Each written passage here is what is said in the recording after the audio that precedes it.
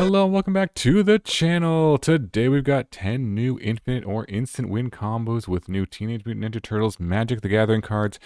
These are combos for different formats, standard, we got modern, some pioneer, commander. So let's jump right into it and get to the 10, maybe even a bonus combo at the end, 11 combos. But first one is Leonardo's Cutting Edge Infinite Damage combo. This one is pretty powerful, to be honest. I think this is some potential for competitive play. It's 2 mana for a 1/1, with Sneak for 1 mana, Lifelink, and whenever you gain life, you put a +1/+1 counter on Leonardo. Now, this card works really well with the Agatha Soul Cauldron Walking Ballista combo. So essentially, if you have Walking Ballista under the Agatha Soul Cauldron, you can put a +1/+1 counter on Leonardo, and then you can remove the +1/+1 counter using the Walking Ballista's ability to do 1 damage to your opponent. Now, when you do that 1 damage, because Leonardo has lifelink, you gain a life, and because you gain a life, you put a +1/+1 counter on it. Then you can remove the +1/+1 counter, do a damage, gain a life. So you're basically doing infinite damage, kind of gaining infinite life here, putting infinite counters and removing the counters over and over again. And the total mana cost of this combo is 4 or even 3 potentially if you sneak this in for 1 mana. So you could get this, like, play both of these, Agatha Soul Cauldron and Leonardo on the same turn. Walking Ballista is a decent card on its own. You can play it for 0 just to put it directly into the graveyard and put it under the Agatha Soul Cauldron. So I don't know, this is like a 3-card combo, but it is very cheap to pull off, and all the cards are decent on their own. If you were playing maybe just like a lifelink deck, a life gain deck with Leonardo, something like that. This is legal in modern and older formats, commander as well. You could even make Leonardo your commander and try to do this combo. So, I don't know, I think this has some sort of competitive potential. Let me know in the comments below what you think about it, but seems like a pretty sweet one to me. Alright, on to our next combo, the Southwind Avatar Bloodthirsty Conqueror combo. This one does infinite life drain. Now, there's a few other combos with Bloodthirsty Conqueror.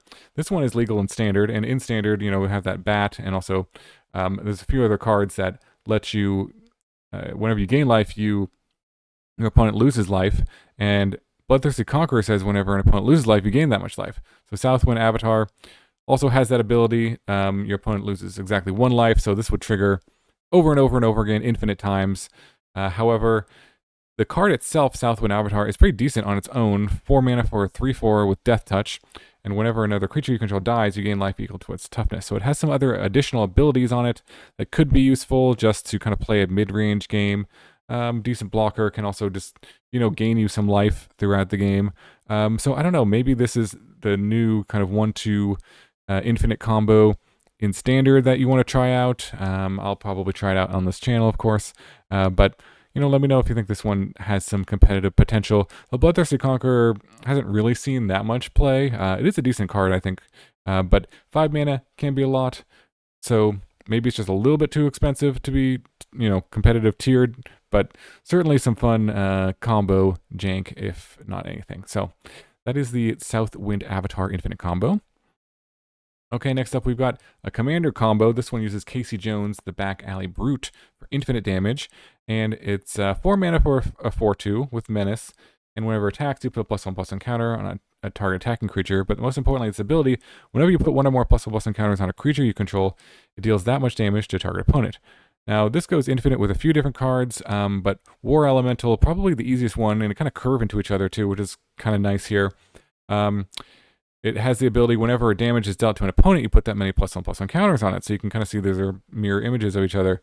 So whenever your opponent's damaged, you put the counters, and then whenever you put the counters on it, it deals that much damage to opponent, and that loops back and forth between these two cards over and over and over again, and you do infinite damage, and it can just, if you're playing Commander, you can just win instantly, do infinite damage to everybody if you want to with these 2 cards. And you can even make Casey Jones your Commander, so that could be pretty cool as just one of your combo pieces in the command zone. So seems decently powerful. War Elemental is not a great card on its own, but having an ability to go infinite with your commander is pretty sweet. Okay, let's move to our next one. The Kitsune's Technique combo here that's going to mill our opponent's entire library. There's some other cards in standard, but this one is pretty straightforward with, it's a historic combo, or wherever Bruvac, the Grand Eloquent Definitely don't know how to pronounce that. Grandiloquent is legal. Historic, I believe. Commander as well. You can make it your commander and kind of get this combo off pretty easily. So the Kitsune's technique is a instant that mills half of your opponent's library rounded up, and you can sneak it for just 2 mana. That's what kind of makes this very unique and very good, because you can get this combo off very easily with a lot less mana than most of these sort of abilities cost 5 or 6 mana to mill half your opponent. But being able to sneak this in for just 2 mana, very good. And then Bruvac says if an opponent would mill 1 or more cards, they mill twice that many cards instead. So you can kind of see that this would instantly mill anyone's library completely, because half plus whatever half is equals a whole of their library. And if you have a cheap blue creature that can't be blocked, like the Slitherblade or a Flyer or something, you could even do this on 1 turn. You could play the Bruvac and then play the Kitsune's technique for 5 mana on the same turn. Or you can kind of curve it, like on turn 3, play the Bruvac, turn 4, Kitsune's technique with Sneak, and just win by milling your opponent out. So seems pretty cool. There's some other standard versions of this you could try out as well. But this is the most straightforward one for historic or older formats as well. Okay, let's go to the Raph and Mikey Troublemaker combo. This one does exactly 20 damage out of nowhere. This is a pretty cool card. I think a very powerful card, to be honest, in this set. And one you would maybe just want to ramp into. Gives you a lot of value. So let me read it. It's 7 mana for a 7/7, trample, haste. Whenever it attacks, you reveal cards from the top of your library until you reveal a creature. And you put it onto the battlefield tapped and attacking, and the rest on the bottom of your library in a random order. So this gives you a free creature in play attacking. And it doesn't, you don't have to like sacrifice it in a turn or anything like that. So every turn this thing is in play and can attack, you just get another free attacking creature from your deck. If you hit Twin Flame Tyrant with this, you do exactly 20, because Twin Flame Tyrant says if a source you control would deal damage to an opponent or a permanent, it deals double that damage. So 7 doubled is 14, and then the power of Twin Flame Tyrant is 14. It's 3 doubled is 6, so then it does exactly 20. And if they don't have any blockers, this will win. If they do have blockers, well, one of them has haste and trample, and the other one has flying, so some evasion built into this combo as well. You do kind of have to set up your deck so that it has a good chance of hitting the Twin Flame Tyrant. Maybe it's the only creature left in your deck, and you can kind of set it up that way. But this card seems really good if you just have a bunch of really good hits in your deck for this, just getting a ton of value. But this one does exactly 20. Let me know if there's any other good hits you can think of. I mean, like Progenitus would be kind of cool, things like that to hit off of this, and just that would almost instantly win you the game. That would be, what, 17 damage coming in, but this does exactly 20. So plus Twin Flame Tyrant could be cast earlier in the game if you draw it. So yeah, this seems like a pretty sweet combo to me. And is standard legal, of course. So this one, not standard legal, but pioneer legal, I believe. Infinite damage with the Chrome Dome and Boommobile and Training Grounds. Chrome Dome is 2 mana for a 1/3 artifact creature. It says other artifact creatures you control get +1 power. And then the ability here that we're using is 5 mana to create a token that's a copy of another target artifact you control. The token gains haste, sacrifice it at the beginning of the end step. So 5 mana to make a copy of Boommobile is almost perfect. Boommobile adds 4 mana of any one color for activated abilities. If you could reduce the cost of Chrome Dome by 2 with Training Grounds, then you're starting to net mana every time you make a copy of the Boommobile. You make a copy, it gives you 4 mana, it only costs 3 to make another copy, and then you make infinite copies, you get infinite mana, and you can use the infinite mana to exhaust any of the Boommobiles and just win the game that way. So that is the infinite damage Chrome Dome Boommobile combo. And yeah, this is pioneer legal. Sadly, Training Grounds not legal in standard, but you can pull this off. Even as early as turn 4, you can go turn 1 Training Grounds, turn 2 Chrome Dome, turn 4 Boommobile, go infinite. So yeah, maybe there's some competitive potential with this one. Okay, Infinite enters the battlefield effects with Leonardo Sewer Samurai. This one is a 4 mana 3/3 with Sneak for 4 and Double Strike, but mostly the ability here is during your turn you can cast creature spells with power or toughness 1 or less from your graveyard. If you cast a spell this way, the creature enters with a finality counter on it. So they kind of put that finality counter thing so you don't just like keep using the same creature over and over again. However, if you have Solemnity where it says players can't get counters, and counters can't be put on artifacts, creatures, enchantments, or lands, then that won't get the finality counter on it. So anything that costs 0, you can kind of go infinite. For example, with Walking Ballista, there's a bunch of other creatures in Magic's history that, you can play for 0 and are 0/0s. They kind of come into play and then would instantly go to the graveyard, and then you can recast them with Leonardo again. They'd come back into play. If Solemnity was in play, it wouldn't get the finality counter, just die and come back, go to the graveyard. You could cast it again for free. So if you do this with Walking Ballista, you get infinite, enters the battlefield abilities, or leaves the battlefield abilities. So there's lots of cards in Magic that trigger off, Soul Sisters cards if you're just staying in mono white to sort of gain infinite life, or aristocrat style cards, blood artists, things like that would do infinite damage. So there's all sorts of ways you could win with this infinite combo. It's kind of cool that somebody curves into Leonardo as well. And then you can just play the Walking Ballista for 0 and go infinite there. So this does need an additional piece to actually win, but it's an interesting kind of combo, something to consider. Again, all the pieces kind of do some decent stuff on their own.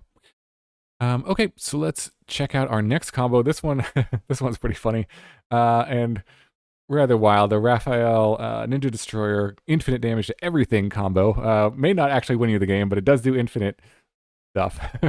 So it's 4 mana for 4/4. You must be blocked if able. It's got Enrage. Whenever it's dealt damage, you add that much red mana to your mana pool, and then until end of turn you don't lose the mana as steps and phases end. So with Pyrohemia, which says you can pay a red to deal 1 damage to each creature and each player,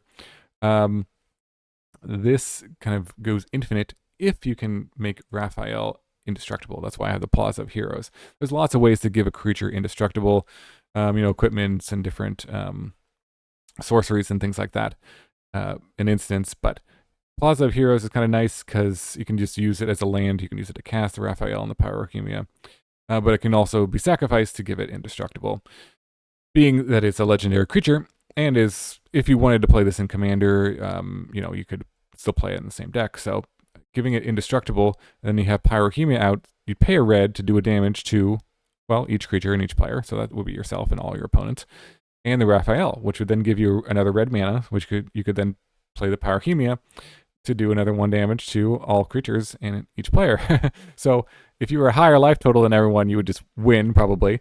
If not, you could kind of do this as many times as you wanted to without, depending on your own life total. So it's an interesting one. I don't know if this is that playable, but it could be kind of hilarious and fun for older formats to mess around with. All right, and then we got this kind of classic Agatha Soul Cauldron Mona Lisa combo. There's been other creatures that have used Agatha Soul Cauldron with a creature with the same sort of effect. Can't remember the one. It rotated out of standard, but there was one that had a similar effect. It was like a 1/1. This one has 3 toughness and reach, which is useful. It taps to add mana of any one color and X's its power. So essentially it could tap for 2 or 3 mana. If you can have it tap for 3 mana, then you can go infinite with the Sleep Curse Fae and Agatha's Soul Cauldron. If either the Sleep Curse Fae or the Mona Lisa is under the Soul Cauldron, you can give the ability to the other one, and then as long as the other one has 3 power, you're tapping for 3 mana but untapping for 2 mana, so you're netting a mana each time, and you're gaining essentially infinite mana. So you can, use that for a fireball or some sort of effect, and just instantly win the game. But kind of a classic infinite mana combo. I played some of those decks on this channel before that do similar things, but this is kind of another piece, and a decent one, kind of a decent blocker, I guess, if you played it on turn 3. It can block some stuff. So, but I don't know. Could be some jank combo, could be some competitive combo. I'm not 100% sure, but before it wasn't that competitive when the combo was legal. But something to try perhaps on the channel as well. All right. We got our second to last one, I believe, here. This one is a commander combo with Shredder Shadow Master, which is 5 mana for 5/5, and when it attacks a player, for each other opponent, create a token that's a copy of it, tapped and attacking that player, except it isn't legendary, and then you sacrifice it and in combat. However, when it deals combat damage to a player, that player loses half their life, rounded up. So losing half their life combos very well with Bloodletter of Aclazod's, If an opponent would lose life during their turn, they lose twice that much life.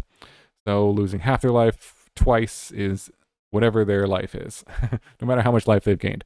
So they will instantly lose. If your opponents just don't have any blockers, this could just kill everybody and win the game instantly. So that could be interesting. But you might take out at least one player with this combo. And again, Shredder could be your commander. So pretty cool, kind of on color combo here. I guess this would be, legal in Legacy and as well. But there are, cheaper options, I think, for comboing Bloodletter in that format. Okay, and then our last bonus combo here. I couldn't just do 10. I had to get an 11th one in there because there's so many with this set, actually. But this one seemed really cheap and actually pretty powerful, which is Legacy legal in older formats. Goblin welder with the sewer valence cam, which I guess is a little bug or something. I'm not sure what that is, but anyways, it's a 1-mana artifact with flash, and when it enters or leaves the battlefield, you tap or untap target creature, pay 4 to sacrifice it to draw 2 cards. But really that ability to tap or untap target creature when it enters or leaves the battlefield is really interesting, an effect that really has never been printed on an artifact before, a 1-mana artifact that I can think of. So with Goblin Welder, you can tap it to exchange target artifact a player controls for a target artifact in that player's graveyard. So you can see where this is going. If you have any artifact in your graveyard and you play and you have Goblin Welder, you can do this as early as turn 2. You can play Goblin Welder on turn 1. Turn 2, if you have something like a Mishra's Bauble in your graveyard, if you had a Mox Opal or 2 Mox Opals, one to Legend Rule, the other one, and you were able to tap for mana, you could get infinite mana with this. But essentially, let's just say the Mishra's Bauble, you play that, sacrifice it, put it in your graveyard. Then you play the Sewer Valence Cam. You can tap the Goblin Welder to switch the Sewer Valence Cam with the Mishra's Bauble. Because it left the battlefield, you get to untap the Goblin Welder, put the Mishra's Bauble back into play, and then you can just switch it over and over and over and over and over again. So you could do that, and then if you had anything that's like triggers whenever an artifact comes into play, you can do that. If you have artifacts that have an enters the battlefield ability, which there are, quite a bit of, you could do that. Again, Mox Opal, you could tap it for mana each time to get infinite mana that way. But yeah, there's lots of ways to sort of use this combo, I would say. If you had like Faithless Looting and then you discarded an artifact, something like that. There's all sorts of options that you could win essentially on turn 2 with this combo. So yeah, this one I think has some competitive potential, but I don't know. I don't play a ton of Legacy. Let me know if you think it does or not in the comments below. So that was actually 11 infinite or instant win combos with Teenage Mutant Ninja Turtles Magic the Gathering. Let me know if you have any other ideas for combos with this set, anything you're looking forward to. Some pretty cool card designs, I would say, in this set. Some interesting stuff. I got a lot of brews going. I'm going to be playing in early access for Teenage Mutant Ninja Turtles, so let me know if you have any fun ideas for that as well. Still have a few more brews coming up with Lauren Eclipse, of course. And yeah, really appreciate you watching. Thanks so much for hanging out with me. And again, yeah, let me know any ideas. Appreciate all the support for the channel. Anyone who's joined membership really means a lot to me. Hope you have a wonderful day, and I'll see you in the next video.